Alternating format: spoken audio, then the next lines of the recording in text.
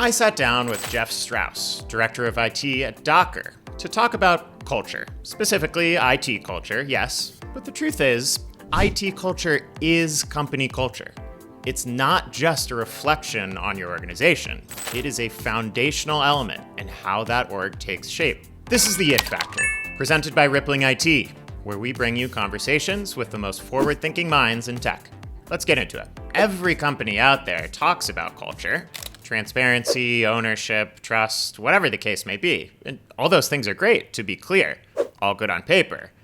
But how do those values show up in practice? Culture comes from the top and it cascades down.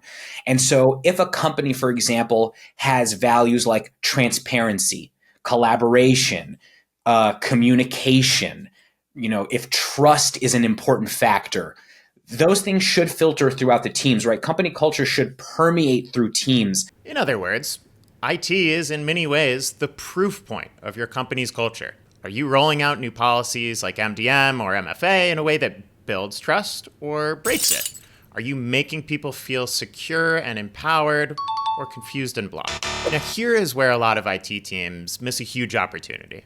A lot of teams, frankly. They just copy and paste the company values, which again are great, but the smartest leaders create their own MO, the way they want to do business, their own operating system, if you will. I'm also a very big fan of having a mission and vision statement and a set of values or tenets for an IT team that's separate but aligned with company values. Something I've done on every team I've ever led has been to work with the team to craft a mission and vision statement and a set of values that guide how we operate. And, that engenders a level of communication, transparency, partnership.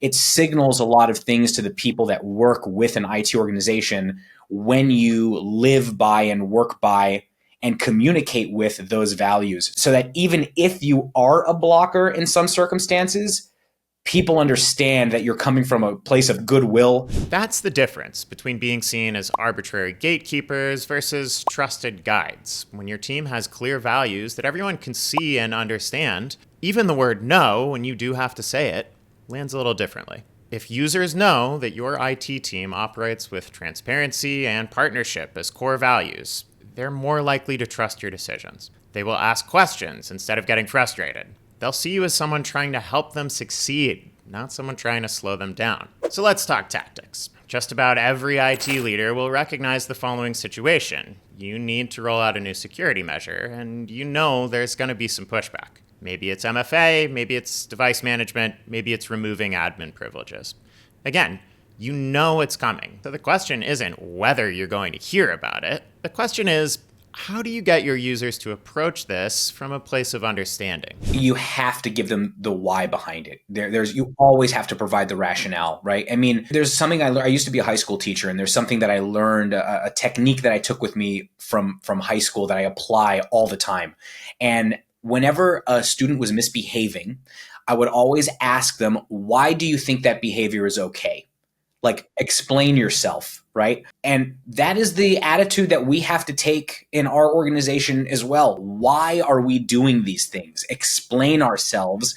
And if we get pushback, that's okay. That's a good thing, right? Like, we shouldn't be afraid to have our ideas or our thoughts questioned. Instead of, we're deploying MFA because it's the new requirement, you're framing it as, we're deploying MFA because it lets you work securely from anywhere without compromising access to the tools that you need. Same tool, different mandate, different story, completely different feeling. And that feeling is where culture comes from. A lot of IT teams think about efficiency in terms of systems and workflows. And that's not unimportant, of course, but this will surprise you based on everything we've been talking about. But Jeff saw the biggest gains he could make weren't technical. They were cultural.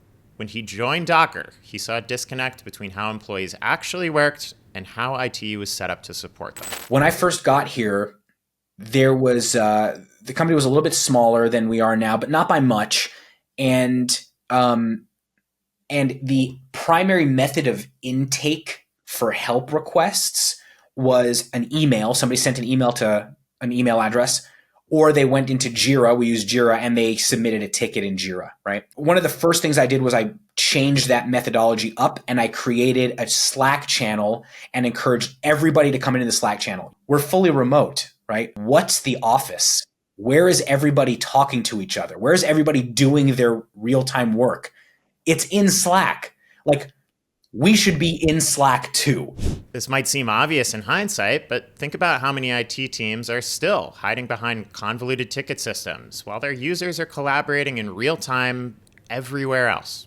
Jeff didn't just change a process, he changed a signal. By being present where work was actually happening, his team went from being the department you contact when something's broken to being partners in getting things done. The results speak for themselves. We've taken over 98% of our tickets via Slack. And so that was one thing and really, again, it's how do we have that relationship with our customer, right? Like, we're not some faceless entity that is in the back somewhere and you have to submit a Jira ticket and then Lord knows when you're going to hear back. The shift Jeff is describing is really IT as a service function to IT as a relationship function. It's about redefining what and who IT is. I mean, I think we remember, those of us that are old enough can remember like the classic caricature of the IT person who's like alone in their basement, like hunched over a computer, doesn't want to like, if anybody remembers the old Jimmy Fallon SNL skits where he's the IT guy, right? Your company's computer guy. One of the greatest pieces of feedback that we get at Docker, I work on an amazing team at Docker. One of the best pieces of feedback that we get, and we've gotten it a few times since I've been there, is that we're the easiest IT team to work with, like that people have ever worked with. Our boss, the CFO, gave me feedback that one of the guys on my team, Dan was working with our CFO to help him troubleshoot an issue. CFO's wife was in the room and overheard the conversation and said, why can't our company have an IT team like that? When someone with absolutely zero connection to your team is singing your praises, you know you're doing something right. How do you actually accomplish this? How do you start? According to Jeff, it's surprisingly simple. If you're a leader in IT, one of the best things you could do is just start talking to people. Like, set up meetings and introduce yourself to different parts of the organization and just start talking to people. One of the first things that I do is I set up cross-functional one-on-ones on a monthly basis. They're 30 minutes long. They're just check-ins. Hey, checking in. Got anything going on? Is there anything I can help you with? Here are some of the things that are going on in my world that might interest you. Just sort of like a quick catch up once a month, and sometimes it doesn't last 30 minutes. 30 minutes a month. That's it. But those 30 minutes do something that too many IT leaders don't invest in enough. They build relationships. When you understand what's happening in someone else's part of the business, their challenges, goals, frustrations, you stop being the IT person who only implements policies, and you start being the IT person who solves business problems. And here's why that matters, even more than you might think. When you have a good relationship, people provide you grace. When you screw up, people are willing to say, oh, hey, I totally get it. But if they don't know you or if they have a bad impression of you, that's real hard to turn around. It's real hard to get that grace. So what can you do this week to shift your IT culture? Here's your 3-step action plan. Number 1, write down your team's mission and values. Not generic ones, yours. Aligned to the company, but specific to your function.